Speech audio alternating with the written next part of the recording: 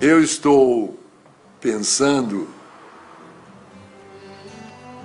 há muito tempo em propor um novo tipo de professor. É um professor que não ensina nada. Ele não é professor de matemática, de história, de geografia. É um professor de espantos. O objetivo da educação não é ensinar coisas, porque as coisas já estão na internet, estão por todos os lugares, estão nos livros. É ensinar a pensar, criar na criança essa curiosidade, que para mim, esse é o objetivo da educação, criar a alegria de pensar. Eu já tive uma experiência muito interessante com a menininha de 7 anos. Eu estava com a cabeça quente e eu resolvi então, para descansar a cabeça, fazer uma prateleira. Peguei minha serra circular, minha chave de fenda, as ferramentas. Levei ela para cima e comecei a me preparar. Nessa hora chegou a minha empregada com a filha dela. Sua empregada disse bom dia, eu cumprimentei e foi embora. A menina não foi embora, ela ficou parada lá. Ela estava intrigada com os objetos que estavam lá. Ela queria saber o que era aquilo. O que esse homem vai fazer com isso? Ficou parada lá. Aí eu peguei a trena, abri a trena. Ela disse, que é isso? Isso é uma trena. Para que serve a trena? Serve para medir. Como é que a trena mede? Vem cá que eu te mostro. Aí mostrei a trena, os centímetros. Eu disse para ela, presta atenção que de 10 em 10 risquinhos tem um risquinho vermelho. Você veja o que eu fiz? Eu ensinei sistema decimal para ela. Ela percebeu que as coisas em pacotinhos de 10. Essa é a situação certa para o ensino. Quando o que o professor fala provoca a curiosidade da criança e a criança interage, a criança pergunta. Como é que incentiva a leitura? Não é mandando ninguém ler, porque a relação com a leitura é uma relação amorosa. Eu vou lá não é porque o professor mandou. Quando o professor manda, já estragou. Então você tem de criar o gosto pela leitura. E você cria o gosto pela leitura, não mandando ler, mas lendo. Uma hora muito boa para a leitura é quando as crianças e os adolescentes vão para a cama. Então a mãe se assenta ao lado e vai ler um livro. A missão do professor não é dar respostas prontas, as respostas estão nos livros, estão na internet. A missão do professor é provocar a inteligência, é provocar o espanto, provocar a curiosidade.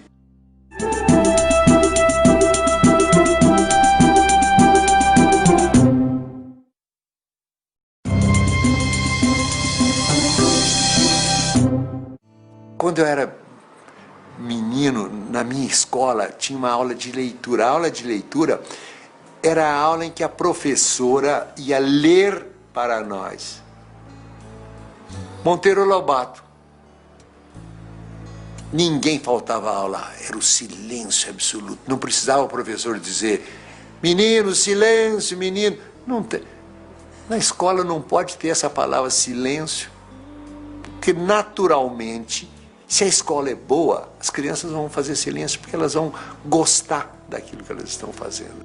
Frequentemente, os professores só têm que repetir aquilo que já vem nas apostilas. Recebi uma carta do menino. Querido Rubem Alves, li o seu livro O Patinho que Não Aprendeu a Voar.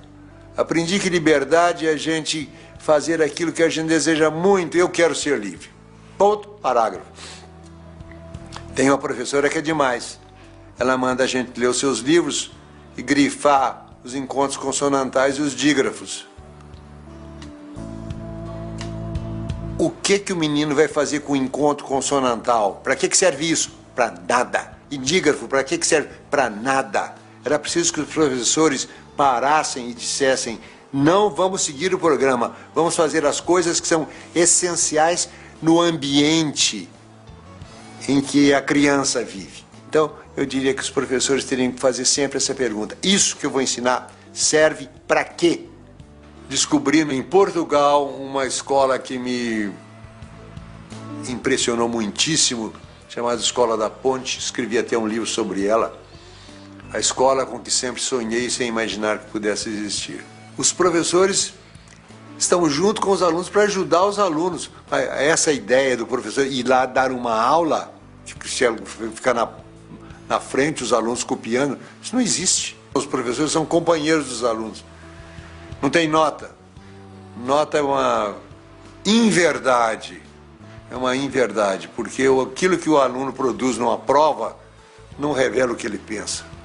A gente precisaria ter uma educação ligada com a vida, porque é para isso que a gente aprende, para viver melhor, para ter mais prazer, ter mais eficiência, poupar tempo, não se arriscar.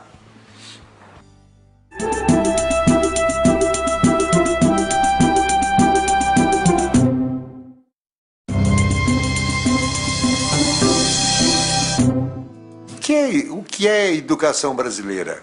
Os vestibulares é que determinam a filosofia de educação das escolas. Ou seja, tanto assim que nos livros de problema sempre aparece embaixo ITA 1987, Unicamp, ou seja, é tudo orientado no sentido de passar no vestibular. Mas o que adianta passar no vestibular se dentro de 2 anos eu terei esquecido todas as coisas? Eu gostaria que a avaliação do ensino não fosse feita imediatamente depois de terminado. Eu gostaria que fosse feito 2 anos depois de terminado o ano. Porque o aprendido é aquilo que fica depois que o esquecimento faz o seu trabalho. Eu quero testar os meninos 2 anos depois. Eu fui o criador do vestibular novo da Unicamp. Eu e meus amigos. Nós estávamos cansados do vestibular de 5 escolhas múltiplas. Nós queríamos um vestibular que revelasse a capacidade de pensar do aluno. Nós queríamos medir a capacidade de pensar. Capacidade de pensar não é memória.